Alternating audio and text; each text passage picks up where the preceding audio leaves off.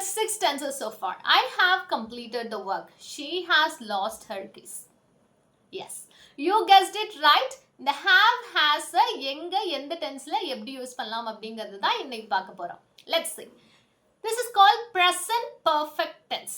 அதாவது ஒரு விஷயம் முடிஞ்சிருக்கும் ஆனா it still has some relevancy with the present. present கூட ஏதோ ஒரு தொடர்பு இருக்கும். அதுதான் நம்ம present perfect tense அப்படின்னு சொல்றோம். இந்த perfectனு ஏன் பேர் வந்துச்சு அப்படின்னா இங்க flawless அப்படின்னு மீனிங் கிடையாது. லாட்டின் டேர்ம்ல இருந்து டிரைவ் பண்ணிருக்காங்க. அதாவது முடிஞ்சிருச்சு, கம்ப்ளீட் ஆகிடுச்சு. ஆனா இது still has some relevancy with the present. அதனால தான் இது present and perfect tense. But the action is completed. Okay, இப்போ இதை எங்கே யூஸ் பண்ணுவோம், எப்படி யூஸ் பண்ணுவோம் அப்படின்னு பார்த்துடலாம். ஹேவ் ஆர் ஹேஸ் யூஸ் பண்ணுவோம் ப்ரெசண்ட்டுக்கு. And V3 form of verb தான் யூஸ் பண்ணணும்.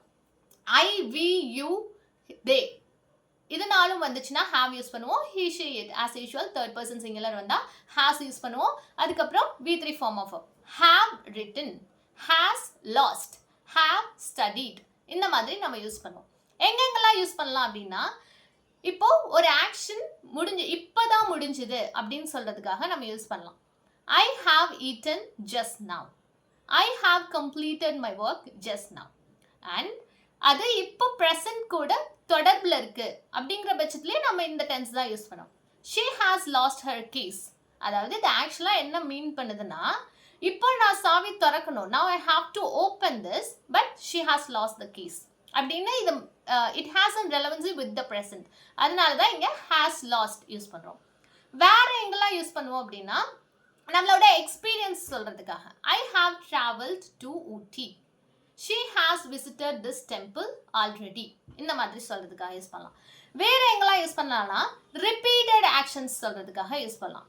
You have asked me the same question before இந்த மாதிரி சொல்கிறதுக்காக. இப்போ இங்க கொடுத்திருக்க verbs வச்சு நீங்க present perfect tenseல எப்படி sentences make பண்ணுவீங்க அப்படிங்கறத comment in the comments. I am waiting to read your comments. Thanks for watching this video and I will meet you in another video.